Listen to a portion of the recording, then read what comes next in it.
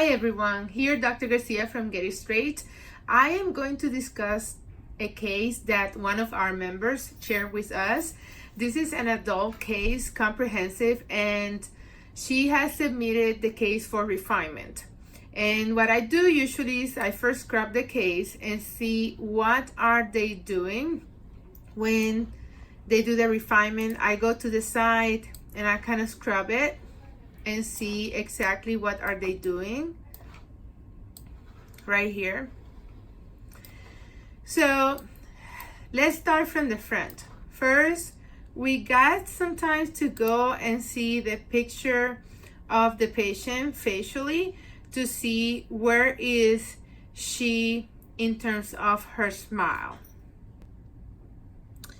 So as you can see right here on this mat, I think the canines are a little bit too long, touching the lips, so you could either do some amyloplasty here or you can intrude them just a little bit. I really like the upper right central incisor, and that's what I am going to use as a guide.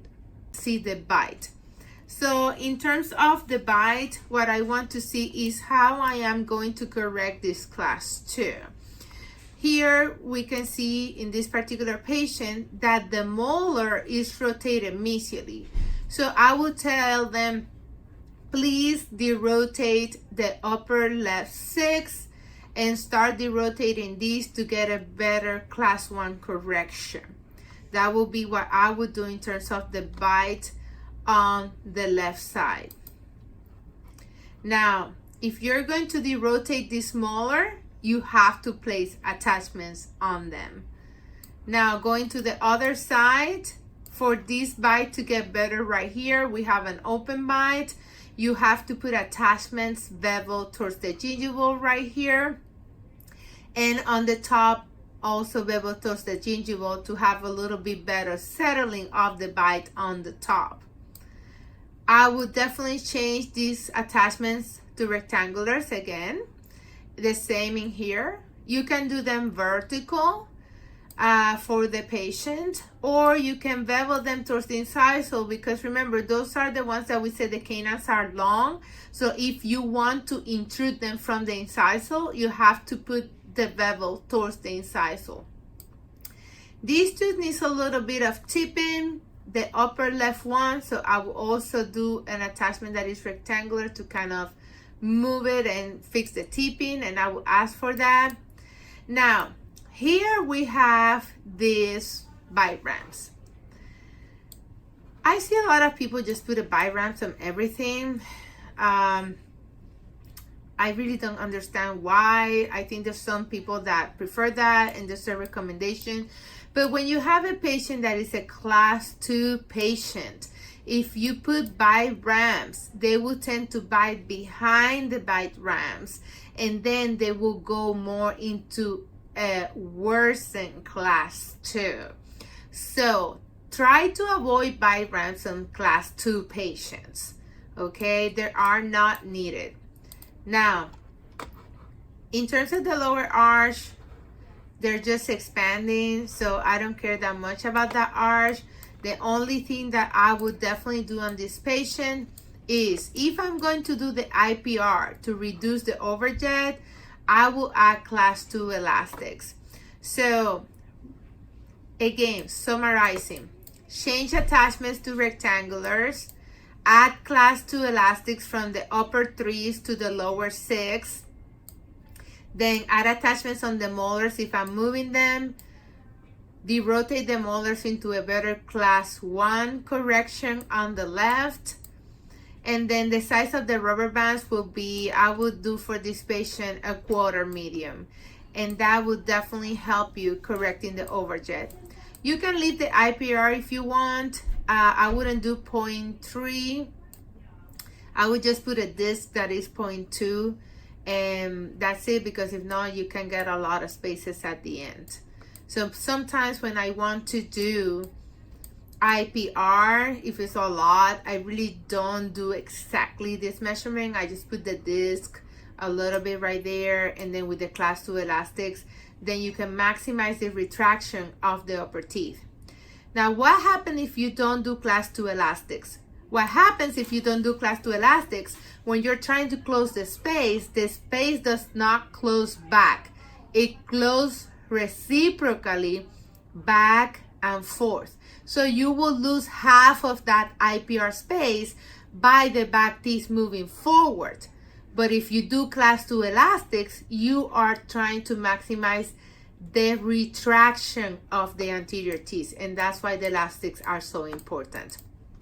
I hope this has helped, and I will look forward to discuss with you more cases. Just remember, logging into our website, Get It Straight, gisortho.com, and then post your cases on the community so we can all share and learn from each other cases. Bye.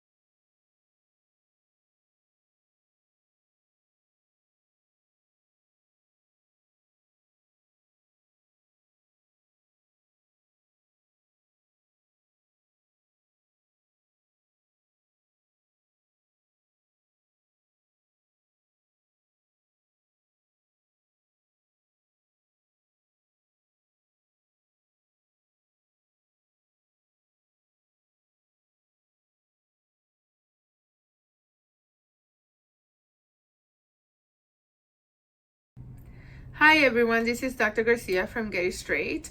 I am going to share a case that one of our members submitted.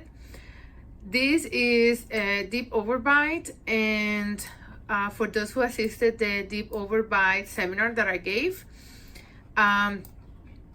when you have a deep overbite, we have to remember that you have to do most of the bite correction by intruding and extruding. So it will be intruding anteriors and extruding posteriors. In this particular case, when I look at the clean check, they are basically intruding anteriors and posteriors. Well, how do I know if I want to do that? By looking at the frontal picture. Because in this particular case, I don't have an access to that picture, I cannot determine where do I want to move my teeth, because I always got to look at the smile. With Invisalign, they will always do this. Well, first of all, I'll tell you, this is not going to happen because you don't have an attachment of intrusion on the anterior teeth. So this will happen if a miracle will ever happen. So never.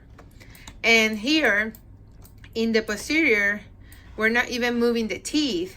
So how that's going to change or open my bite? Remember, extrusion of 1 millimeter of posterior teeth will give you 3 millimeters of anterior bite opening. And also remember that extruding the posterior teeth or any movement you do in the posterior teeth is always more stable than just extruding or intruding anterior teeth. The anterior teeth will always tend to go back if you try to move them beyond 2 millimeters. So you are not gonna get all your bite correction by just intruding that much. This does not happen in the mouth. I hope this is helpful. I would recommend in this particular case to review the seminar of deep overbite that we gave on the past 2 weeks. If you have any questions, just let me know. You can email me at hello@gisortho.com, or you can post your questions on our community page. Have a great one.